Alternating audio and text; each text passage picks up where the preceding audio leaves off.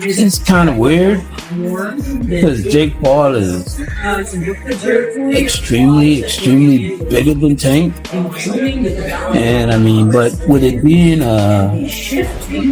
exhibition, it makes sense. I'm gonna start like this.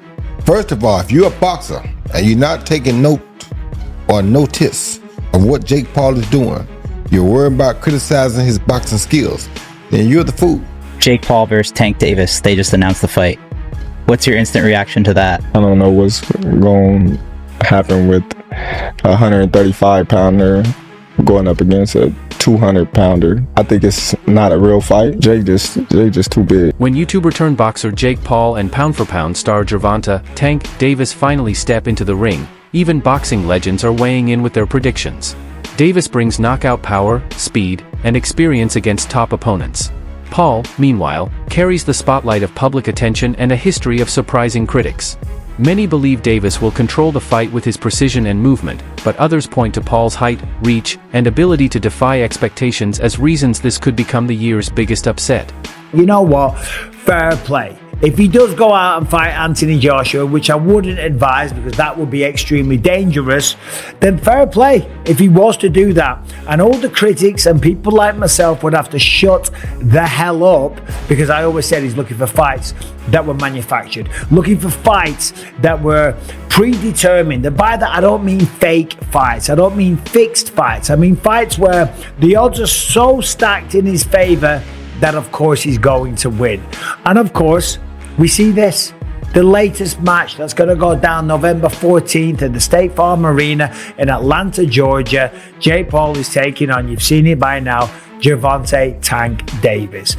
A man that is a lightweight in boxing. Now, lightweight in MMA is 155 pounds. Lightweight in boxing, 135 pounds. Jake Paul, I think when he weighed in for Mike Tyson, was 227 pounds. Official weight, 227.2 pounds. That is, if I'm not mistaken, a 92-pound weight difference. Almost a 100-pound weight difference. It's insane. Let's say he comes in at 200 pounds. It's still a 65-pound weight advantage, which is absolutely ridiculous. How can you be out there claiming to want to fight the best people on the planet and then going out there and taking on a guy that is maybe 92 pounds heavier, that is at least 65 pounds heavier than you? That is called one thing. That's called being a bully. It was bad enough when he fought Mike Tyson, a man that was 58 years old, and he was walking around like, I just beat the man on the planet. I just destroyed Mike Tyson and went out there and I beat him, and him and his brother are all celebrating and shit like that. It's like, dude, what are you doing? The fight's location has been officially changed. Instead of Atlanta, Jake Paul will now face Gervonta Tank Davis on November 14th at the Casa Center in Miami. MVP announced the update on Twitter, saying, "The war is no longer in Atlanta. Jake Paul versus Gervonta Tank Davis is taking over Miami. Same date, same fight, new city." The bout will stream worldwide on Netflix. While many describe it as more of a spectacle, the official word is that it's an exhibition. One major factor is the size difference. Paul recently fought at about 199 pounds in the cruiserweight division, while Davis has been competing around 135 pounds.